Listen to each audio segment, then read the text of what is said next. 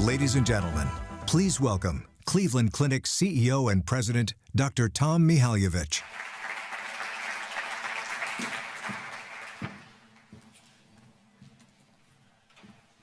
Good evening and welcome to the Ideas for Tomorrow. So this is the first time that we gather here in auditorium since the beginning of the pandemic. So more than 2 years have passed since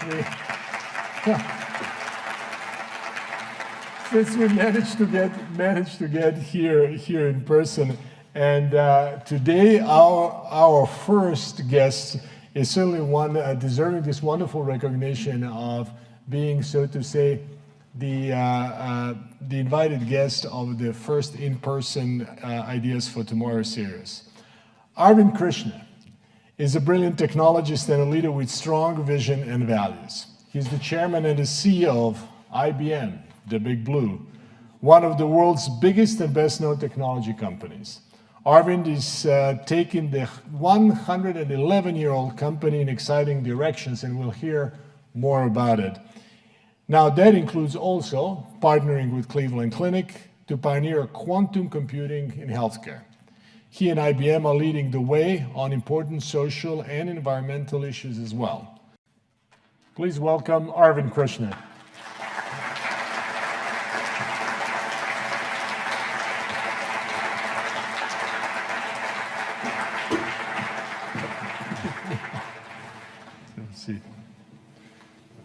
So, Arvind, welcome to Cleveland. It's a pleasure to be here. You know, I was listening to you talk about me, but I was thinking, 101 years old? Yeah. I mean, the advances you have made in medicine, providing care, the preeminent cardiac center, group practices. It's a real privilege to be here at the Cleveland Clinic. Thank you very much. Thank you very, very much. Well, your organization is about 10 years, no, it's exactly 10 years older than Cleveland Clinic. This is a remarkable legacy for the organization that is really focused on technology. It's almost unparalleled. So, you know, you came here from India. I saw a bit of information about your background. You know what fascinates me is that so many leaders of reputable companies in computational industry in particular and software come from a similar background. They come from the engineering background from India. What's the secret sauce? Look, I'm not sure there's a unique secret sauce. Look, it's 1.3 billion people, so it is 1/6, 1/5 of the world. Yeah, but there are many countries that are kind of billion-plus people, but you know, very few have produced so many CEOs of technology companies. I think maybe it's from the fact that it's really a very diverse cultural background. The way, for example, I grew up, I went to many different parts of India.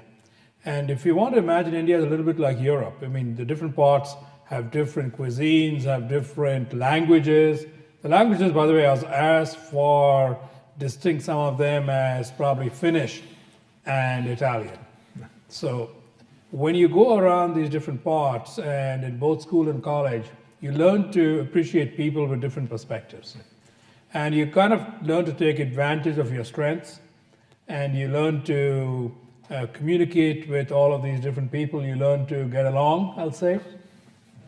And I think that helps in leadership because I think it's not easy, but it's a lot easier to understand, I'll call it the hard dimensions, to use maybe some Harvard language on this. So the hard dimensions are the hard quantitative skills.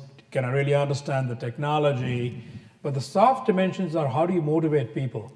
And how do you really get people to all get aligned in a common direction? And how do you then pick the team to go along in those common directions? And I think that is, I wouldn't call it unique, but there is an aspect of that is common.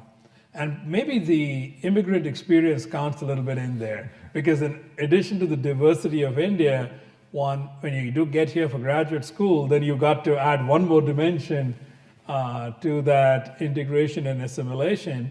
And just listening today as I was walking around with you at Cleveland Clinic, I can see some of that at play here too. Yeah, well, that is true. I think Cleveland Clinic has always been very, very welcoming to caregivers from various backgrounds and different geographies, myself included.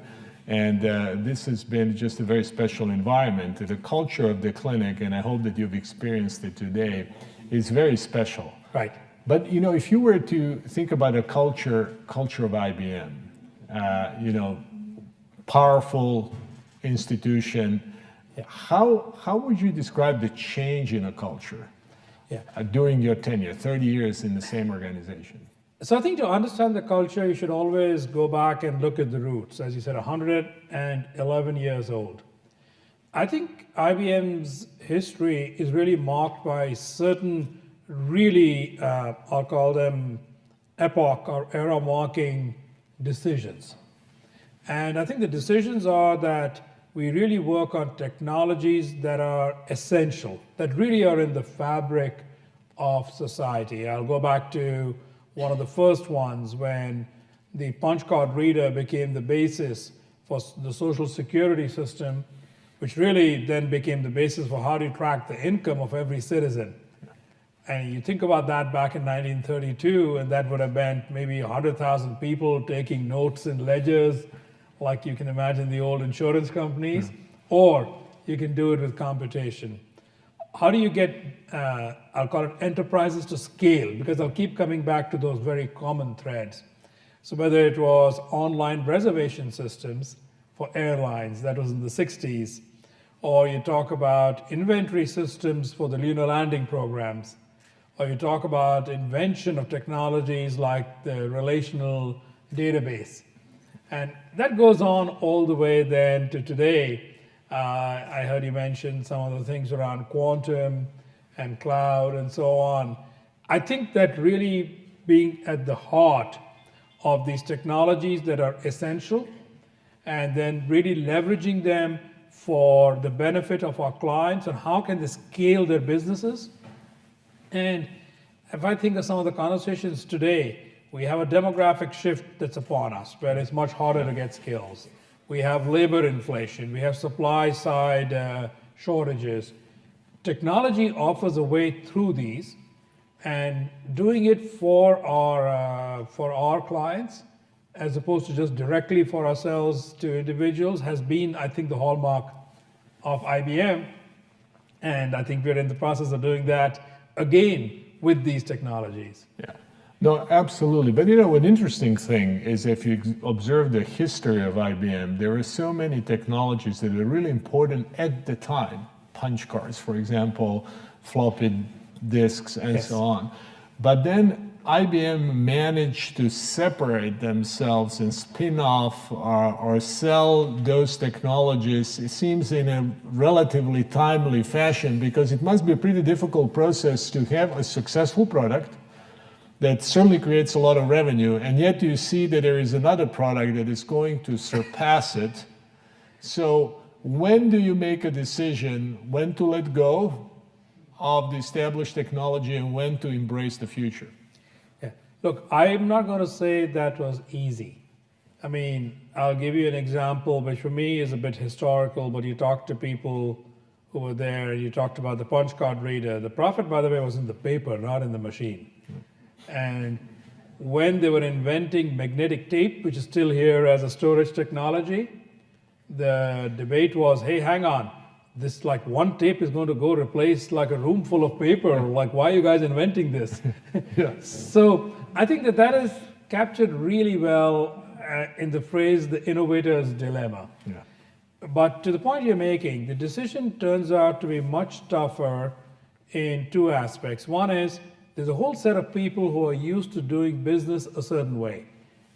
And for them, it's really hard to let go. And it'll come back to a point we'll make about how do you learn the new skills, because what should they do? And that's really hard. Two, it's too easy for a company's identity to get caught up in products. I think on that one, maybe we are somewhat unique. We try to avoid having our identity tied into a single product. So then at least you can make a decision. It is really hard on the people, so I don't want to make that trivial or easy. It is very, very hard. Yeah. And so as much as possible, you try to let the people go with those technologies. And we do ask that the receiving organization actually treat them well for at least a few years so they can find their feet. Yeah. All that said, it's the emotional part that is tough, not the logic. The logic is often evident even a year or two before the fact. Yeah, we all remember when the decision was made not to stop producing laptops and desktops, and for generation, those were the laptops and desktops, and still called the IBM PC, even though it's not been part of us for almost 20 years. That is true. That is true.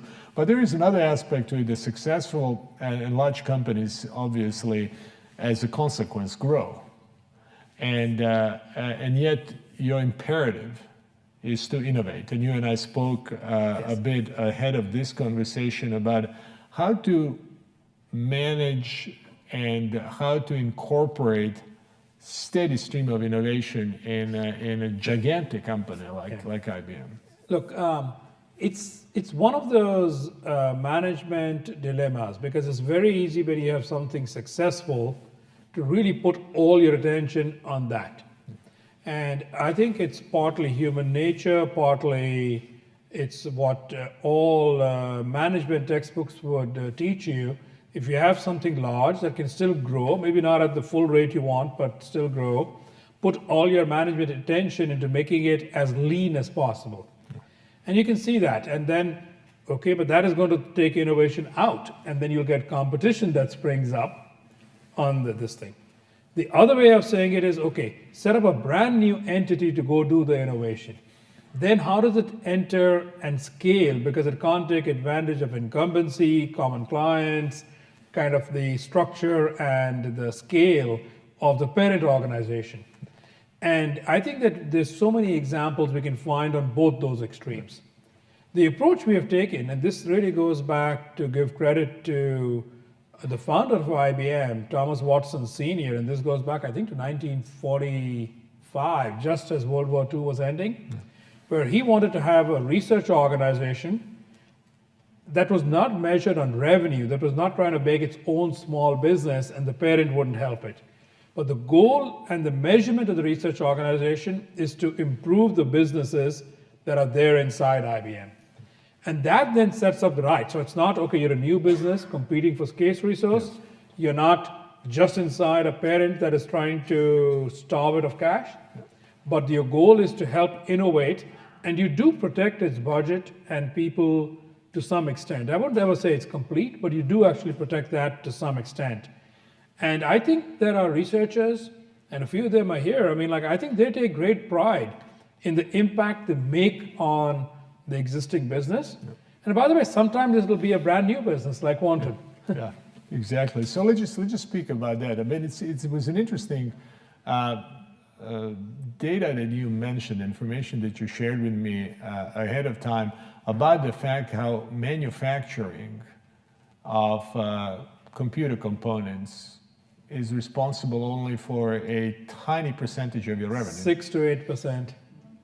Only 6 to 8%. Let's just compare it with your revenue composition 20 years ago. So in 1990, we were 70%, maybe a bit more, based on manufacturing.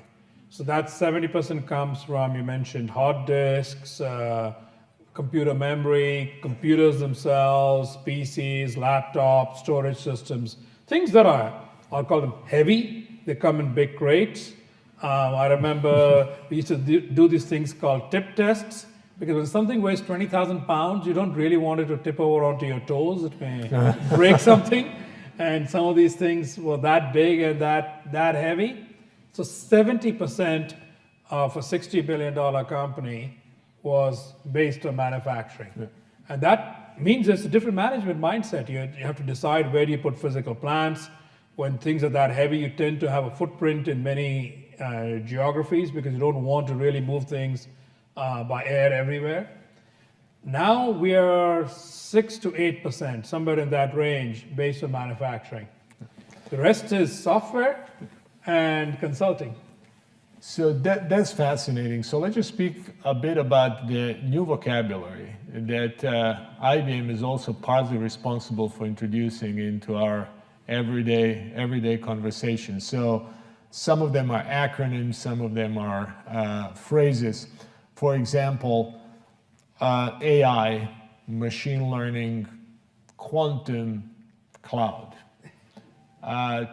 6 years ago, many of those words were not in the vocabulary of an average American. Today, many of us use it. I bet quite a few of us are using it not quite appropriately. So when we're going to ask the CEO of IBM to tell us a little bit more about the commonly used phrases and what should it be actually used for. Let's start with artificial intelligence. So artificial intelligence is when you don't want to have, I'll call it, think of high school algebra. You kind of are deterministic, right? I mean, like you do some computation, you form some equations, you reach some conclusions. You can get more sophisticated and say it's maybe rule-based systems, like based on inputs you make decisions. Artificial intelligence really says that you want to learn from the data itself. You, the human, shouldn't be providing all of the knowledge. And so if you want to learn from the data and then make conclusions, that is artificial intelligence. And look, in many of these things, there are ways to sort of dramatically, maybe I'll sort of say trivialize it, where you'll say, look, these examples from the past may fit artificial intelligence. But I'll say at the end of the day, if you're learning from the data, in effect, you're doing pattern matching and learning. That is artificial intelligence. Look, let's take a really simple example. You can take a 1-year-old human baby. In many cases, you show them 2, 3, 4, maybe real examples of a dog or a photograph, and they'll pick it up. And some of them will even begin to use the name, but it's clear from their eyes and their expression, they kind of recognize it. Today, maybe it's 1 million photographs you show a computer and it'll recognize it as a dog with reasonably high accuracy. But trying to mimic these biological systems in some sense is why the term artificial intelligence. Yeah. But I want to mention the business value. So we are generating 2.5 with 21 zeros after it bytes of data a day. Okay, all right, so there's no way to process that data without techniques like artificial intelligence. Actually, I'll go more precise. I don't think we know any technique other than artificial intelligence to draw insight from that. That's the business value to be unlocked, and that is why I think people intuit that business value. They may not understand the techniques really require you to understand computation, high performance computing, data structures, all those things that they're underneath, but they do intuit, which is why I think the media and people are excited about what it can do. Yeah. So speaking about a computational capability, you mentioned just briefly high performance computing, obviously something that we would use as a tool to facilitate the process of artificial intelligence. What is the difference of between high performance computing and quantum computing? So I see my friend Dario sitting there, so this is like one of his favorite topics. So I'm going to, high performance computing and most of today's cloud technologies are based on the notion of bits. And we intuit what a bit is. It's a 0 or a 1. We string them together, we operate upon them, and this is all of today's computing. And I'll say some of us will tend to call it classical computing. But to be honest, it's not like a classic car. It's not yet 50 years old. It's probably going to have value for the next 50 years to come. So it's not like it's going away. Doing this really fast at very big scales would become high performance computing. Quantum computing is completely different. I actually would assert is the first really new computational technique since 1940 or so, when a mathematician from Princeton called John von Neumann really invented what is today's classical computer. Quantum computers don't operate on these fixed 0 and 1 bits. They really operate on quantum mechanical phenomenon, which means that they more understand, I'll use the word probability, but we can understand that they may exist in multiple states, and they can compute problems not with deterministic accuracy. So they may not always give you the same result each time, but they kind of more mimic what's happening with materials and risk and optimization. So in some sense, you're harnessing quantum mechanical phenomenon in order to get to an answer of problems that may not be even feasible. And here's a really simple example. I'm sure many people in this audience drink coffee or tea or a Coke. We all know that the molecule in there that causes the burst of energy is caffeine. And chemists know caffeine has 160 electrons. Trying to understand the shape of that molecule on a classical computer would take something massive. We're talking state or country-sized classical computers. That's not going to happen, right? Nobody can build a machine that big. A quantum computer, I believe in the next few years, in something which is the size of the stage, is going to be able to solve a caffeine molecule. So that is the difference. Now, I'll also recommend, if your bank tells you that your bank balance is on a quantum computer, choose a different bank. Because you don't want the answer to be $1 today and $1 million tomorrow and $1 billion the next day, and well, I forgot that transaction from yesterday and I remembered something else. So I'll sort of say that a little bit facetiously, but actually seriously. But there is a big promise, obviously, and excitement associated with quantum computing, and we are very pleased that one of the quantum computers is going to be installed here in Cleveland. The very first one that is outside an IBM location will be housed here at Cleveland Clinic. So far, every one of them is at an IBM location. And the ability to work, because look, we understand computing, we understand computer science, we don't understand healthcare. So even this afternoon, we were getting a glimmer of people who were working on genomics and molecules, the ability to speed up some of those things, because a quantum computer may be able to do in a few seconds what may take sometimes weeks or months in a wet lab, is, I think, the promise that is here. And I think the combination of the two domains, what the clinic brings in understanding biology and what we bring in understanding computer science, I think that's the magic to happen. Yeah. So we spoke a bit about the use of AI in already established industries, but we also spoke a little bit about the promise of high-performance computing to healthcare.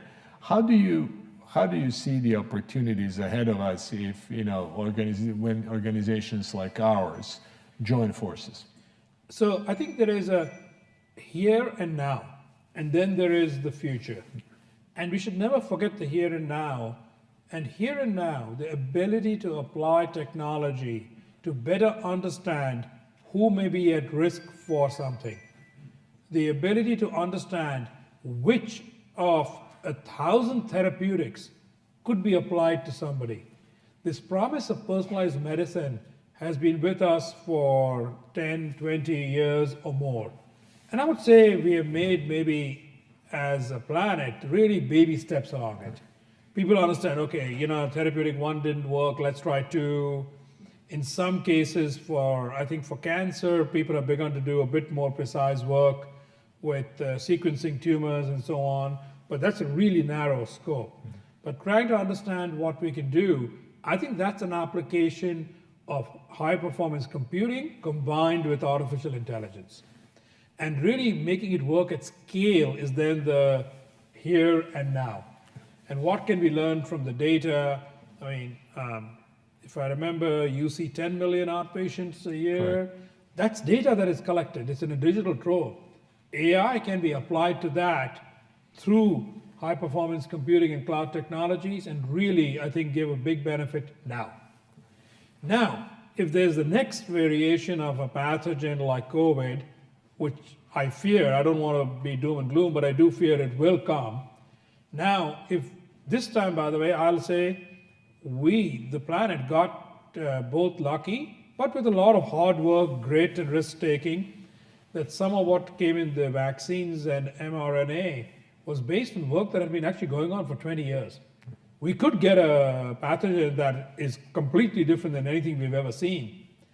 I think that the power of quantum could get unlocked then to maybe find molecules that can be effective against that. That's not to say that the other techniques won't give us something, but that's when the true power will shine. And that is really aligns very nicely with our initiatives for the research of new pathogens and unlocking some potential of computational technology to give us those answers faster. Because when pandemic starts, we all know that the time is of essence. Right. But in order to do all of that, we have to have a workforce that actually understands the fundamental, at the very least, the fundamental promises and premises of the of computational technology and coding in particular. If you were to give an advice for those who are in earlier stages of their careers, regardless of their profession, what would you tell them? Should they start to learn how to code? Look, I believe the following. I'll assume everybody here knows how to read. I'll assume almost everybody is numerically literate to some extent. I'll assume that most people write. I actually believe that some level of computational proficiency is as important as those three. I'll say those three, but my daughter will make fun of me that I'm a terrible writer compared to her, which is true. So just because we know how to write doesn't mean that that's our profession. Yeah. So I would assert that almost everybody should learn some level of coding and computation. Even if you're not doing it yourself, you're maybe directing people, you're working with people, it gives you an element of understanding of what it's about, what are its limitations, how far can you go.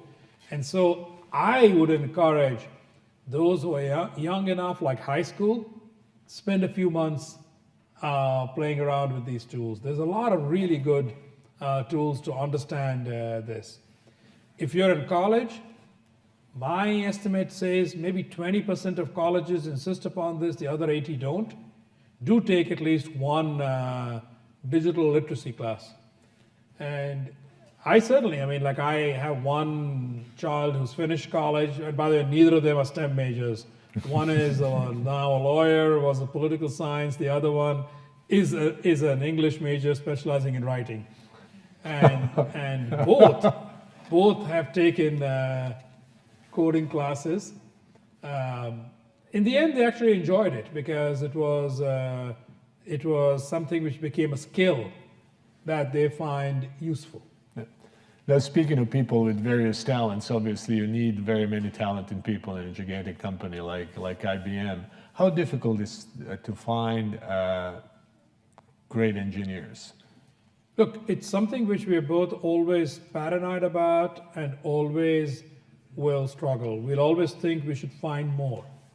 I'm ecstatic with those that we have. I really am very, very proud of what our teams do and can get done and their sheer brilliance when it comes to problem solving. Just to give you some numbers, we look globally at our applicant pool. In any given year, we'll hire anywhere from 20 to 40,000 people. So I know these numbers are very, very large. Yeah. Right now, I think we have somewhere between 3 and 4 million resumes that could be hired sitting in our applicant database. So that tells you that, yes, we are finding the talent, we are finding people. Now, that said, there's a lot of competition. And I think, unfortunately, the competition for technical talent is only going to increase because everybody wants to have the technical talent that can make progress on these topics. Yeah. But I think we have one, maybe two advantages. One, people like working with really smart people. Yep. So that's one. And two, some of the problems we work on take 3, 5, 7 years. They're not done in 2 or 3 months. Some people really do enjoy that. And our ability to give them that commitment, that we're willing to stay the course on some of these really hard problems, whether it's on quantum or semiconductors or winning Jeopardy a few years ago, which by the way was 6 years, looking at John, 6 years in the making, are things that we take a lot of pride in, this ability to work on really hard problems. So, million-plus resumes, do you use artificial intelligence to scan them? We do. So we do use it to scan it. We use it to scan. We use it to make decisions on promotions. We use artificial intelligence actually for a lot of our human resource activities. So the short answer is yes. What we also have to do is really make sure that you're being, I'll use the word fair, because it's very easy to come up with techniques that if you're not careful, so I said artificial intelligence learns from data. That's the great news. The really bad news is that if human history is full of biases, artificial intelligence, if you're not careful, will perfectly reproduce every one of those biases in the future. So you have to be careful on what do you do around those things. Yeah. So we do run a lot of tests to make sure that at least on the dimensions we are aware of, you're not repeating those past mistakes. Any ethics dilemmas by using artificial intelligence? I'm actually a pretty firm believer that one should be careful. No regulation is perfect. I think what Europe did by saying that there are 4 levels of artificial intelligence. So the first level, go ahead and use it, it's fine. I call it mostly reversible decisions, not life and death. Then you can climb up level 2 a bit more. Level 3 and level 4 are more like autonomous driving and maybe doing autonomous decisions in surgery. I'd be a lot more careful, I think, about letting a machine just make those decisions. I remember having that discussion with some of the autonomous driving folks 4 or 5 years ago. I said, look, the problem is that who do you blame when something goes wrong? Who's responsible? Who's accountable?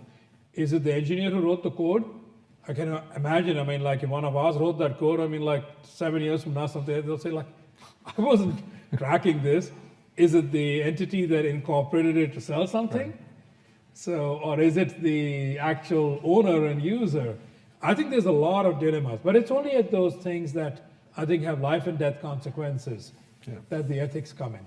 But there are other life and death consequences by using of computational technology. In today's world, there's obviously hostilities around the globe, and very many people speak about the relative supremacy of different countries in the sphere of artificial intelligence. For example, China, that always used to be perceived as a country that followed the trends in computational industry. Now, all of a sudden, there are signals that they may have surpassed the United States, or at least came close when it comes to this particular area of artificial intelligence. What are your insights? So, I may be in a minority, but actually I don't believe that.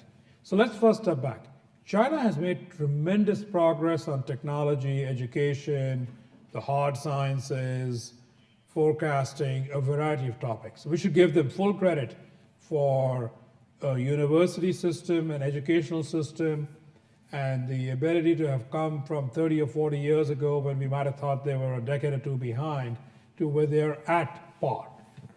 Now we get down to, but who's making the advances and really furthering artificial intelligence? So taking a technique that is known, but applying it at scale to be able to recognize all citizenry, for public safety. I give full credit to China for doing that. But that is different than inventing techniques like foundation models, or being able to win a game like Go, or to win a game like Jeopardy. So I actually am still a believer that a lot more of these advances are coming out of still what I'll call the Western world, to use that phrase, than China today. By the way, to go further, I think it's because we encourage a lot of curiosity. We recognize and we encourage people to take risks. We encourage people that if they can succeed in doing something really hard, if they don't succeed always, it's not necessarily a failure. You can still have an academic and a research career in finding some small progress. And I think that institutionalization of risk-taking is why I believe that for many of these other areas, the West is still ahead. Now, you can fritter away a lead. 4 or 5 years is probably enough for anybody to catch up. Yeah. But right now, I think that we likely have that order of lead. Yeah. In this beautiful new world where computation technology is going to carry more and more weight in our day-to-day life, how concerned are you about cybersecurity? It's the issue of the decade. Look, 2,000 years ago, people fought wars over land for food. Yeah. Then 300-400 years ago, people were attacking ships carrying gold because in the end, gold, I'll call it as a form of currency, is a substitute for land. Money and physical resources are exchangeable. Earlier in this last century, bank robbers went after banks for currency and stealing things because paper currency is a substitute for bullion and gold and so on. So criminals and nation states, because the first one was wars, which is nation states, have always gone after what's of value. Where is the value today? It lies inside our cyber systems. That's where even here is sitting clinical data, is sitting medical data, in a bank set bank records. So you don't want the paper currency, you actually want to go after that. So I think there's a complete motivation to go after it. There's some horrifying statistics. It used to take a day or two, used to be a month or two a long time ago, like 20 years ago, before a known vulnerability got exploited, went down to days, went down to hours. I think it's sitting in minutes right now. Yes. I'll give you a simple statistic. We helped run the website for a golfing event called the Masters. Look, what data is going to be in there? Who would think it'll get attacked? 40 million attacks in the first day. 40 million. And then you wonder that there's a cyber issue. Yeah. So my last question before we open it to the audience. What was the best advice that you ever received? I'm going to mention two. One was from my graduate school advisor. And I was talking to him about how I'm nervous to give a talk. And he turned around and said, nervousness is a sign of respect for the audience. Don't be ever that arrogant that you're not nervous and you want to think about how do you convey your ideas to the audience. That is one. Yeah. And I think that really goes together with a lot of other attributes we can talk about. The other one was when I was finishing high school and somebody said, look, if you have a lot of work to do, the more you put off doing the work, the amount of work will increase. And if you do it now, while it might look big, it's much less than if you wait for a month or a year or 2 years. Yeah. And I've taken that advice to heart. Yeah. If there is a really hard thing to be done, do it first. Yeah. Don't really put it off, because I think that advice holds. The amount of work increases. This session is being recorded. For those of you who want to use this advice for your children at home, feel free to replay at the dinner. So wonderful. Let's open it up now for questions. We have a question over there. Thank you. Dr. Krishna, thank you for your time and your spirit. Really enjoyed hearing your thoughts today. I have two questions for you. One is more specific and the other more general. So the first specific question is, earlier in the discussion, you mentioned that about 70% of IBM's income comes from consulting. In what areas and how do you support those consulting projects? Okay, so to specific, 70% comes from software and consulting. More precisely, 45% roughly from software and a little under 30% from consulting. Our consulting is mostly around helping enterprises, two parts. One is deploy certain critical applications, like a big ERP implementation could be SAP or Oracle, CRM like Salesforce, marketing automation like Adobe. These are all examples of our consulting applications. The other half of consulting is helping our clients build applications that are usually fairly critical to themselves, whether it's helping in decarbonization, whether it's carbon sequestration, whether it's helping them understand their environmental footprint, and projects like that, which tend to be more custom today than necessarily off the shelf. So that's the consulting side of it. The skills there are data science, enterprise programming, and of course, knowledge of those applications. The second question then is, you mentioned also how important it is to have motivated individuals who are dedicated to the projects and people who are inspired. And in your own personal life and your work with IBM, is there a singular source, a book, an individual, a teaching philosophy that you look toward to inform yourself and also your management style? Yeah.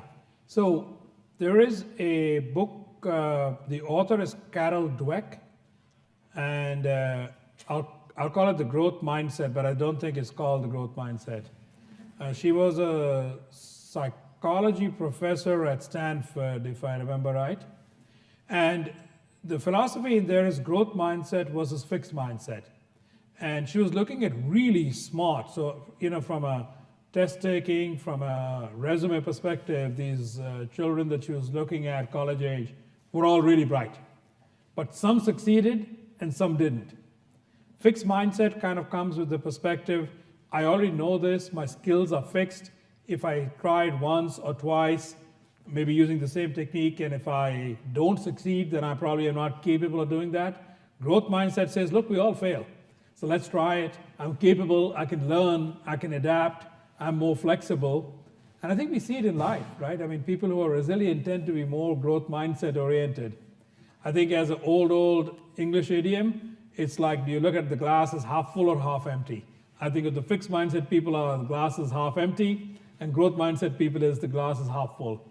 And it tends to lead to people who are willing to learn, who are willing to experiment, who are not know-it-alls, but are more learn-it-alls. And I think that's a very important philosophy, I think, in life. Perfect. Thank you very much. Just mindset, not growth. Thanks. Mindset. Yeah. So we'll turn over for our next question. Hey, I'm Ashu Tandon. I'm a pediatric cardiologist here at Cleveland Clinic. You talked about a lot of different technologies that are being developed by you and others. How do we make sure that those technologies are equitably distributed across healthcare, especially, our patients have really complicated life course, the outcomes might be 20 years away. How do we bring these new technologies not just to the easy problems, but to the hard ones also? Thanks. That's a really hard question to answer. Look, one of the reasons why we want to partner deeply with organizations like the Cleveland Clinic is that all of you think deeply about that, about I'll call it the longitudinal aspects of these technologies, about the community health aspects, about how do you teach others. When I was discussing earlier with Tom, I said, look, he was saying, how do we scale these? I said, I don't know. If I look at some of the techniques, probably that are in pediatric cardiology and also in cardiology in general, they were invented here, they were found to be successful, they were then taught and taken elsewhere. Question now comes with technology techniques. How do we make sure that these can be deployed elsewhere? And I think that there is often a dilemma. Do we want to capture this all, price it really high, and then give access only to a small number of people? or in some cases where it makes sense, should we price it down to near cost? And how do we begin to scale this? And I think the advantage of working together, us as technology, I don't say we know healthcare, we know technology, and working with you is that with your mandate and purpose, it is then possible to take these into a much wider scale than one might otherwise be able to do. But this is all in front of us, I'll be honest. I mean, that's why I began by saying this is a really complicated and tough topic. The data in healthcare, how do you begin to share across? How do you let somebody else maybe leverage facilities here to make some computational insight that can apply to them is areas for us all to learn. I don't think that we can claim we have the answers. Thank you. I have a question over there. Thank you for being here today. My name is Stanley Jordan from Cleveland Clinic, Radiation Oncology. My question to you is, should if and when an event such as COVID-19 occur again, what would you say to the next generation of leaders in technology and in healthcare in the conversations that we will have to collaborate and integrate healthcare and technology? Look, I think that mRNA, to be precise, was a wonderful exemplar of how computational technologies and healthcare came together. It took a really long time to get here, but it was one of those examples. Now the question is, are there other techniques that have been sitting on the back burner that we should begin to work on now? And my hope certainly is that with what we are doing with the Cleveland Clinic, the Discovery Accelerator as applied to pathogens, that we begin to create some of these techniques, maybe park them on the shelf, so to speak, so we can then apply them at scale if, hopefully not, but if such an event happens again. I've said this before, we really benefited from the fact that some of these techniques had been experimented upon, not fully brought to fruition because of SARS and MERS before. And I think we got partly lucky, not for all of the vaccines and therapeutics, but for some of them. And if we get something completely strange, we got to work really fast. And I think it's that intersection of computation and biology that will be needed. Thank you. And our last question over there. Thank you. Hani Najam, I'm a heart surgeon. I know you've mentioned your reservation of using AI for surgical decision making. Now, I'm talking about, my question to you is about knowledge transfer. So I've been in practice 20 years plus, and typically the knowledge acquired, the way you acquire knowledge by doing more and more of the same surgery, and you become proficient at it at a certain number of years. This is, to me, is the old-fashioned way. There have to be a connection between senior surgeons and early career surgeons that you can transfer decision-making much faster to these younger surgeons so they don't have to go through the learning process of making wrong decisions in surgery and sometimes hurting patients. So how can we use that knowledge that is existing in senior surgeons that can be translocated into younger surgeons quicker and faster, not by the years, by maybe months, weeks, whatever, so they can actually make better decisions and maybe save lives? Yeah.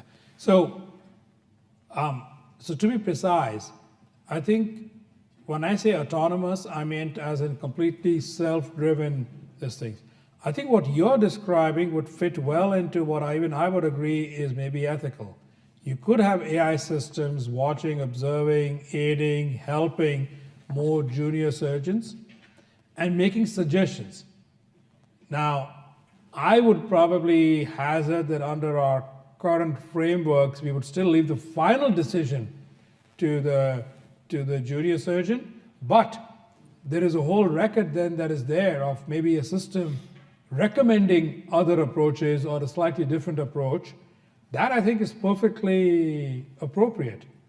I wouldn't have any issue on that, but that is a recommendation or a decision aid as opposed to taking over and contradicting the human expert, if that makes sense. CEO is a cardiac surgeon. I'm sure he's going to buy into that project. Thank you so much. Appreciate it. Well, thank you, Hani. Thank you very much, Arvind, for being with us. We really enjoyed the conversation. Thank you. Thank you. Again. Thank you all. It's such a pleasure to be here. And I would also like to thank to all of you for joining us, and we will continue with this series in the fall, and we are going to have a wonderful group of speakers coming to visit us in the fall. It's going to be Alex Gorski from Johnson & Johnson, Ken Frazier, former CEO of Merck and a civic leader, and Larry Culp, who leads General Electric. So I hope that you can join us for those conversations, and take care and enjoy the rest of the week. Thank you very much.